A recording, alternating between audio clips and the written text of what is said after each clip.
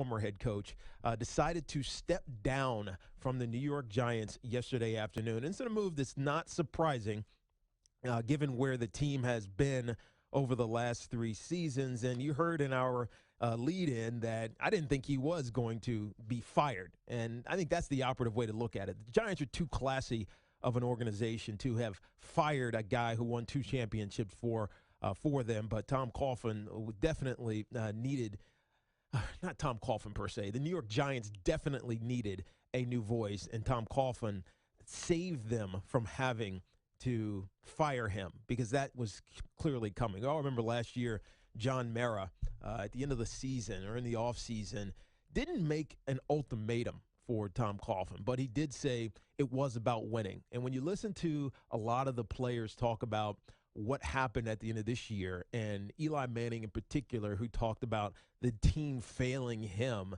and how they wish they could have done more to save his job, they clearly love him, which is something I'll get into in a second. They clearly love who he is as a coach, but at the end of the day, when you lose to the Minnesota Vikings on the road 49-17, when you lose to the Philadelphia Eagles, a big division rival, 35-30, and didn't play well, even though the score would indicate such. Rashad Jennings had a big day in that game, but otherwise, it was a lackluster showing.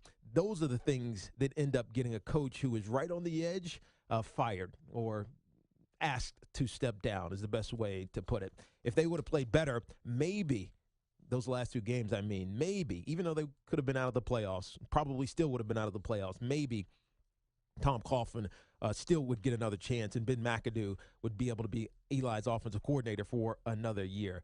When I think about, it's interesting when I think about Tom Coughlin because it's personal for me, obviously.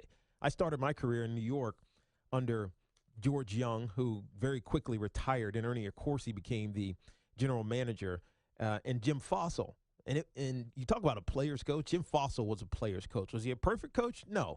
Did he win Coach of the Year 1 year in the National Football League? Yes. Did he take us to the Super Bowl? Yes. We roundly got destroyed by the Baltimore Ravens. But at the end of the day, I felt like he cared about me as a person. And I'm talking specifically about me. Some other guys may not feel the same way about Jim Fossil, but I did. Maybe because I was one of his high draft picks in his first draft, a second rounder in 97. He always looked out for me. When I had my injury issues early on, he was able to find a role for me. Be the best third down back, he told me. Be the best third down back in the National Football League, and then we'll work from there. And then I became a good punt returner and a third down back, and ultimately Sean Payton became our offensive coordinator, and it allowed me to accelerate into the player that I became. But obviously, I had flaws. I fumbled the ball a lot, and at the end of the day, I became part of a liability, much like what Eli's saying about Tom Coughlin that cost Jim Fossil his job. And then Tom Coughlin comes in, and from the onset, it was 180 degrees opposite from who Jim Fossil was. Someone who I knew had to change the philosophy, had to change the mentality of the guys in the locker room, had to bring a discipline, had to bring an attention to detail that had been missing over the last few years of Jim Fossil's tenure there. And Coach Coughlin was that right guy. Why was he that right guy? Because back in the late 80s and the early 90s, he was a wide receiver coach here in New York. So he knew what the Mariners wanted, what they were expecting. He knew what type of coach he had to be in order to win in this city. And it's different when you're in different parts of the country, when you're in Green Bay or when you're in Tampa or San Diego for that matter. But in New York, it takes a different kind of coach to produce a winner, and someone who understands this stage, but also understands the history of this team. This is the New York Giants and the game. And Coach Coughlin was that guy. Now, did we like it? Of course not.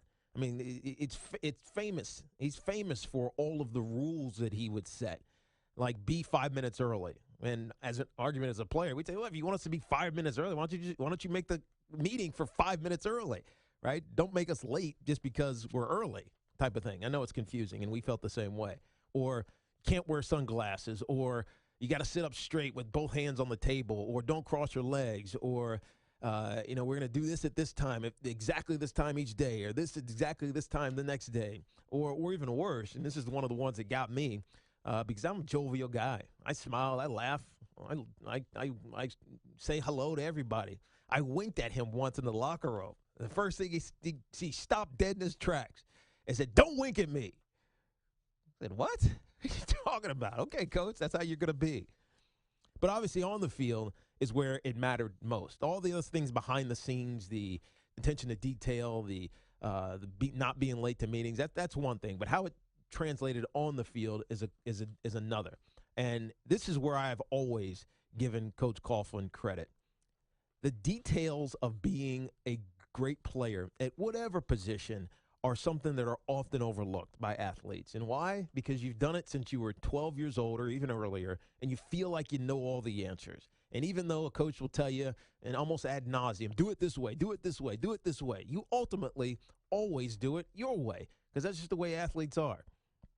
Well, the one thing that he said to me, and I remember it was the first meeting that I ever had with him, was, "I don't care how good you are. If you're a liability to my team, then you're not going to play." And this is coming from someone who had rushed for 1,000 yards, was the stalwart in Jim Fossil's offense.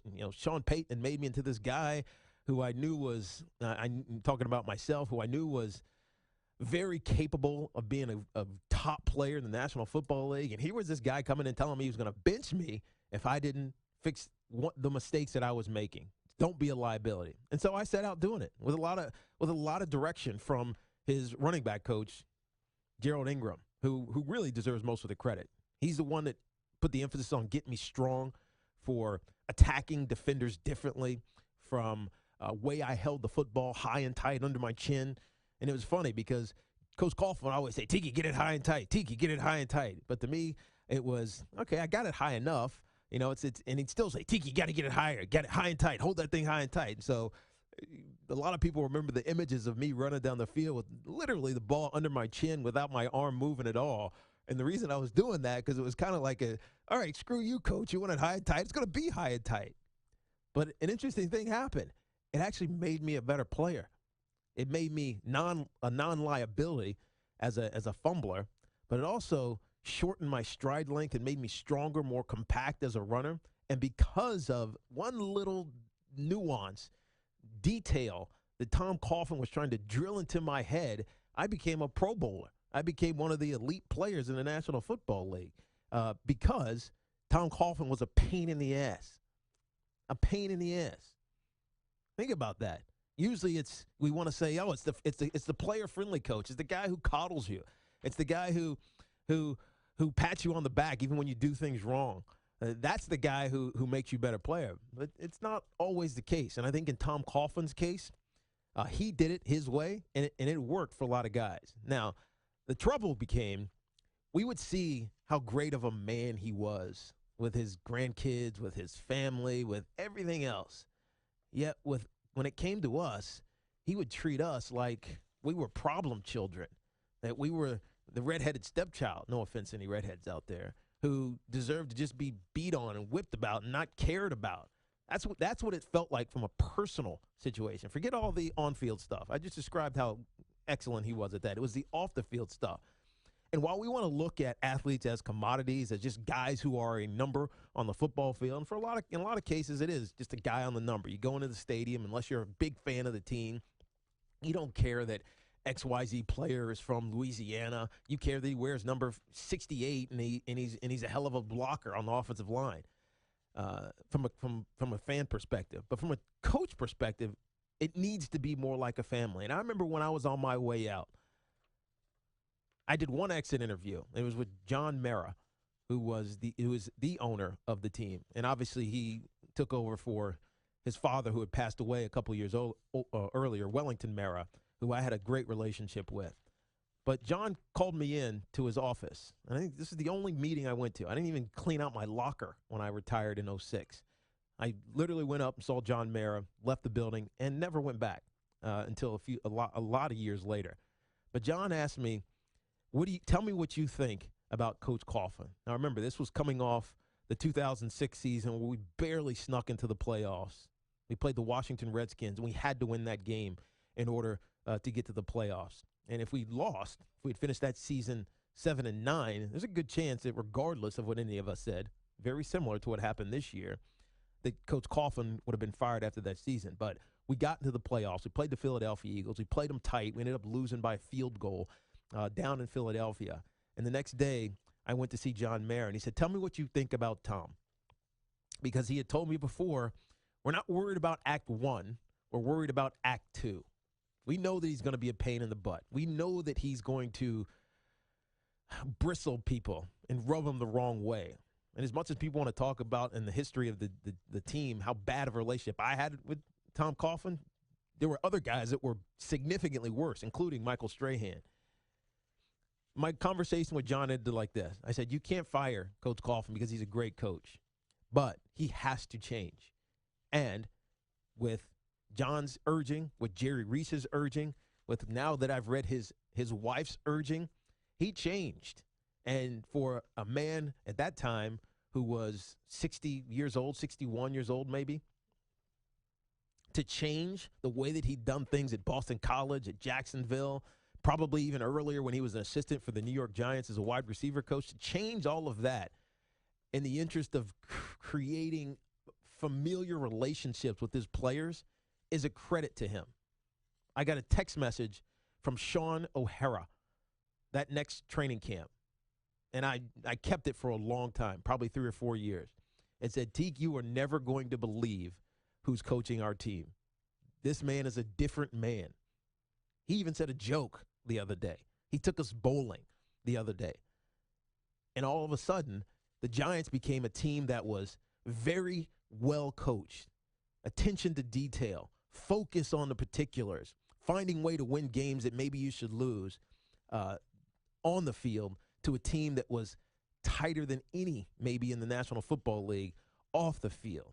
That, to me, is Coach Coughlin's greatest accomplishment, because without that, he doesn't win a Super Bowl in 2007 after struggling all year, finally making a run when you get down to the end of the season, get to the postseason and play perfect football and beat an undefeated New England team. That doesn't happen in 2011. He doesn't hold the team together in 2010 or 8 or 9 or any of those years without having those familiar relationships with his players. Is Tom Coughlin a Hall of Famer? You damn sure better believe he's a Hall of Famer. 102-90 record with the New York Giants, 2 Super Bowl wins, 170, 150 all-time record in the National Football League. Some of those with the Jacksonville Jaguars, obviously an expansion team that he took to great heights, AFC Championship game twice. He is a Hall of Famer, and he's a great coach, and he's a great man. My biggest testament to Tom Coughlin is that he learned how to change at an old age, and that's what made him the coach that everybody loves and respects and reveres, even if you can't stand the way that he doesn't allow you to wink at him.